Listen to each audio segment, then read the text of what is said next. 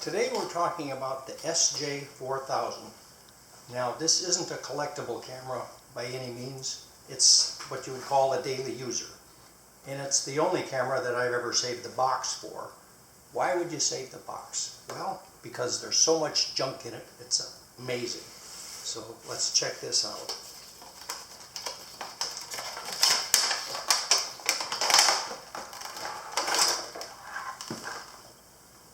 So here's the camera, if I can get it out of the box. It comes in a waterproof case and takes a little safety catch on it to open it.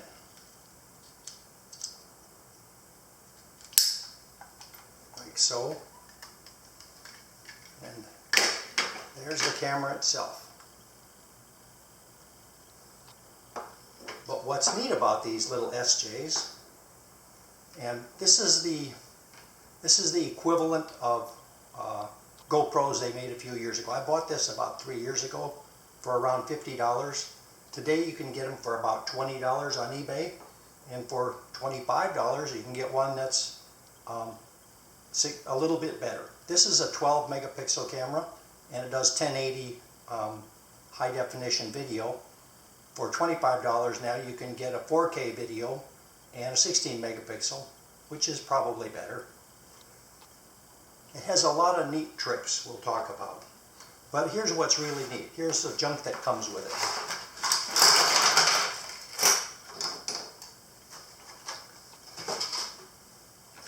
These are Velcro strips for mounting it in various ways. These are double-sided tape, which I haven't used. This is an extra camera back for the underwater mount. The difference is this has little slots in the side, which means it's not waterproof, but it's a protective case. And the reason you would have slots in the side is so that you could record sound. When you record sound and it's in this waterproof case, you get almost no sound at all. But you get enough to sync it with audio if you ever try that, and I have.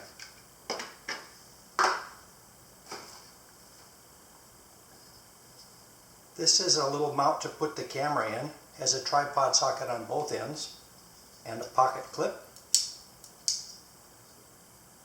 And there's a right side up and a wrong side up because that little notch there is for this little indicator window. So the camera would snap in there like that. So you can get at all of the buttons and switches. There's an up and down arrow on this side. The mode switch and the power switch is in the front. This is the OK button, which starts and stops video recording and takes still shots.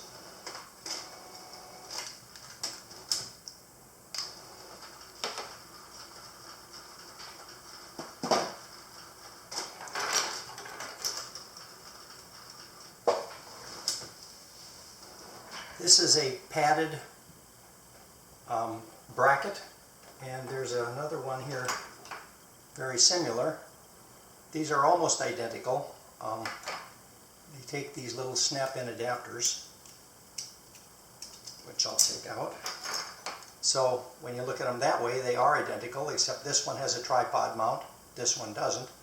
They both have double-sided tape on the back, and the difference is this has a slight arc to it.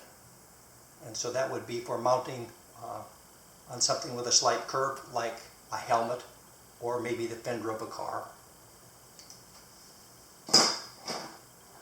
This is a charger that doesn't work in the United States, but the thing charges with a USB cable, so I don't need it anyhow.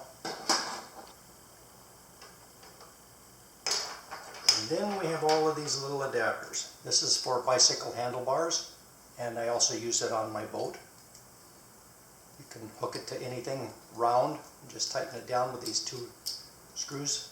All of these screws with these long pegs go into a permanently bracketed nut, so you don't lose the nut no matter what you do. And they're all pretty much the same. There's some long ones and some short ones. So this is a little extension and 90-degree rotating mount. This is a mount with the bracket that could go on that adhesive strip. Now this curved part here, that's the really neat part about these things, is that that's the way GoPros mount, and it's 100% compatible with all of the GoPro mounts. So you can just put these things together in any combination. So we can go from that bracket to this 90-degree rotation. Here's another little short one that also rotates 90 degrees. And you just screw them together with these little brackets. Here's another snap-in bracket that's similar to this one but shorter. Here's another bracket with a male tripod socket, 1/4 by 20 thread. Here's a tripod socket with the adapter on the end. And so it turns out when you go to mount this camera, you can just about mount it anywhere. You just have to fiddle with all these connectors till you find out a way.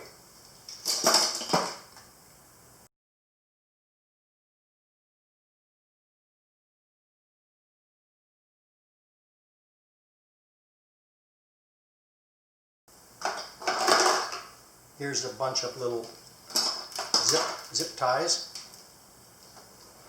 When you order these cameras, sometimes you get a choice of like 6 or 8 different colors. I chose white. Most of the time when you order them, they'll only come in one color, or it may even say color may vary.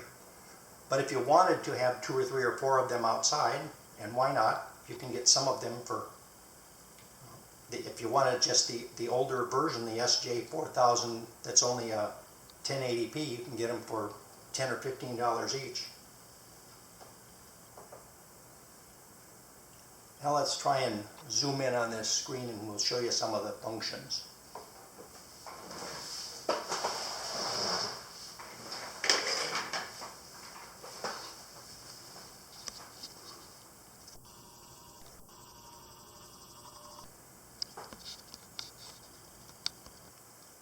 Okay, to power it up, you press the mode button. That starts it up. Right now it's setting in record mode, so if we press the OK button, it would start recording a video.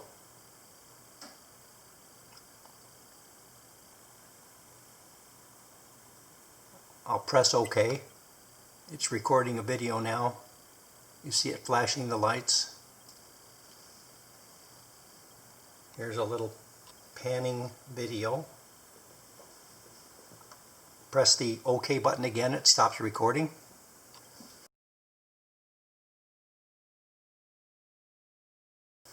So this is really nice when you're out in the bright sunlight and you can't see the screen. You just press the mode button once, it'll make a little chirp, you know it powered up. Then you press the OK button once and it's recording, and just don't touch it again. Now if I press the mode button again, it's switched into camera mode.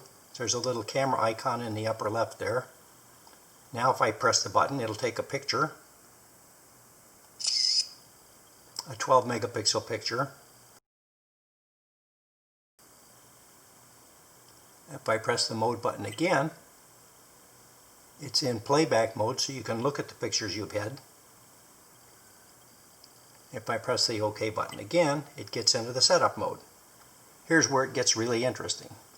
You use the up and down buttons, which you probably can't see right here.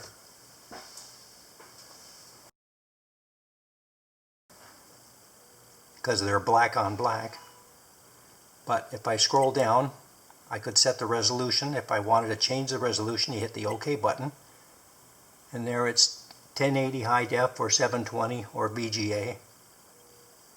I'll just hit the OK button to get back out of that. It has a mini HDMI connector right there. So if you wanted to, you could hook this directly to your TV. I never do that.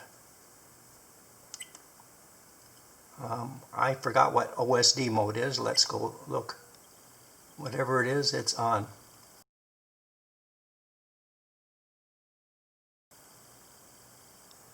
This is for doing time-lapse videos. If you click this, You can set the interval for how long between pictures. 1 second, 2 seconds, 5 seconds, 10 seconds, 30 seconds, 1 minute, or off. We'll leave it off for now. Here's the capture mode.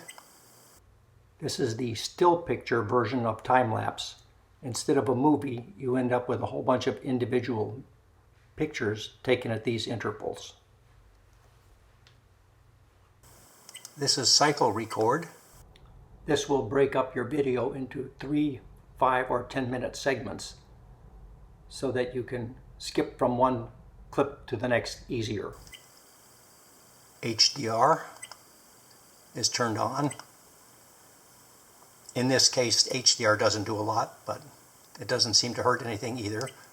Motion detecting is pretty interesting. If you turn that on, and I won't turn it on now, then you can set this camera outside, turn it on, and leave it to take pictures of the bunny rabbits or whatever wanders by.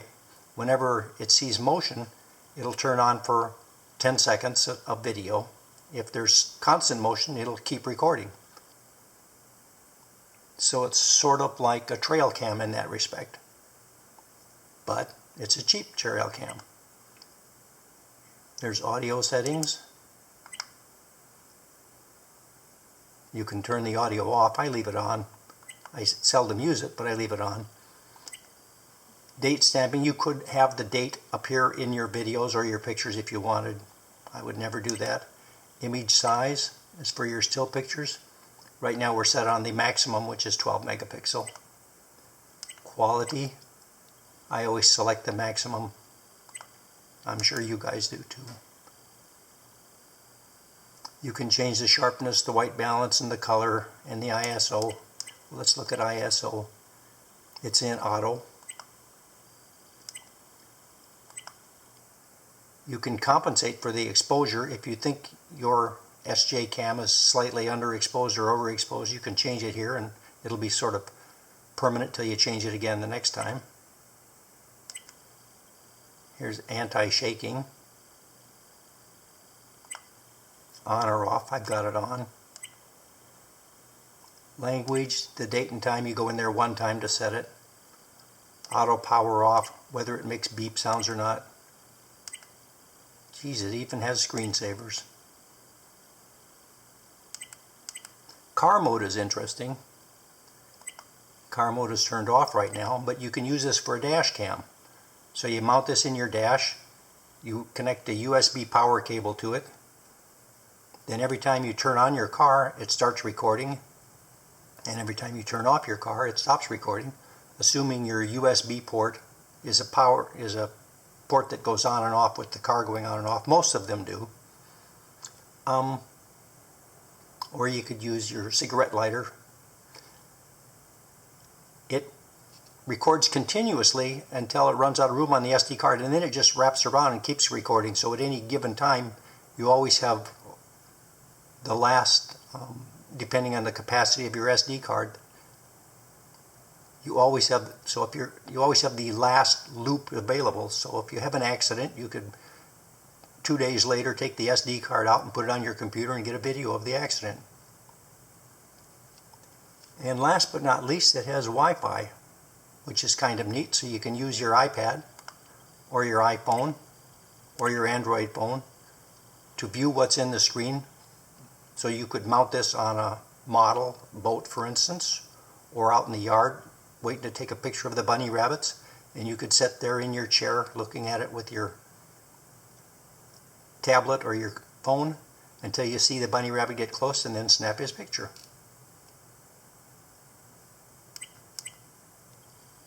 And finally, you can delete pictures and format and do the normal stuff here. It's a pretty cool little camera for $20 nowadays. Is it as good as a GoPro? Absolutely not. But the GoPro costs $350 for one that does the same thing. To turn it off, you just push the mode button and hold it for a few seconds, and it turns itself off. So to take underwater pictures, I just mount this little SJ cam in here, close the lid, press the power button, press the start button, and it'll take a nice underwater video.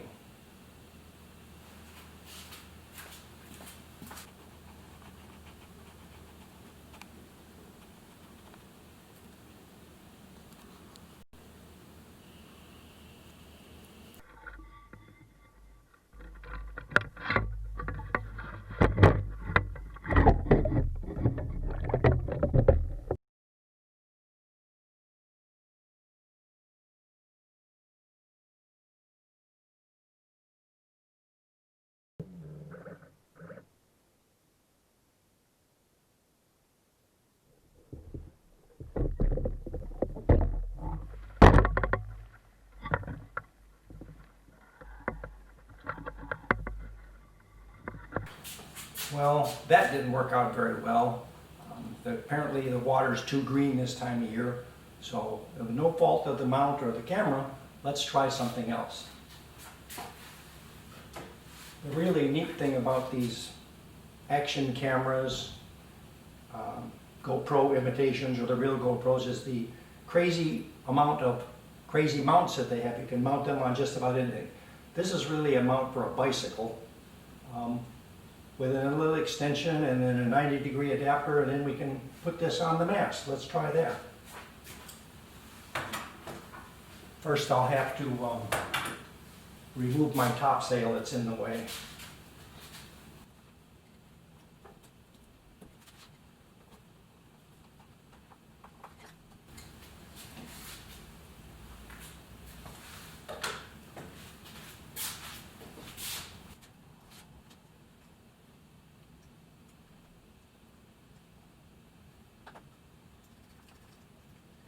We'll let it think that my main mast is a bicycle handlebar.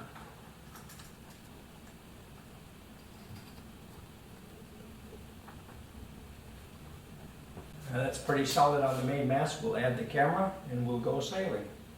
You might wonder, why would you ever want to look backwards? Well, I have a special reason to look backwards today. Expect it to sway a little on the mast.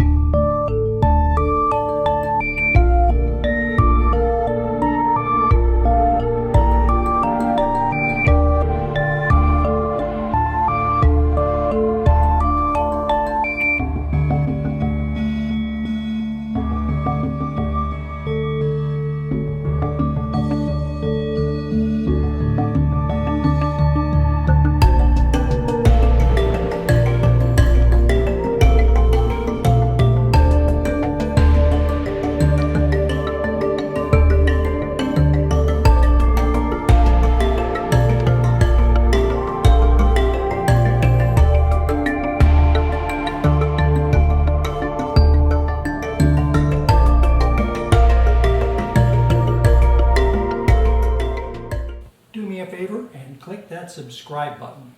I would really appreciate it.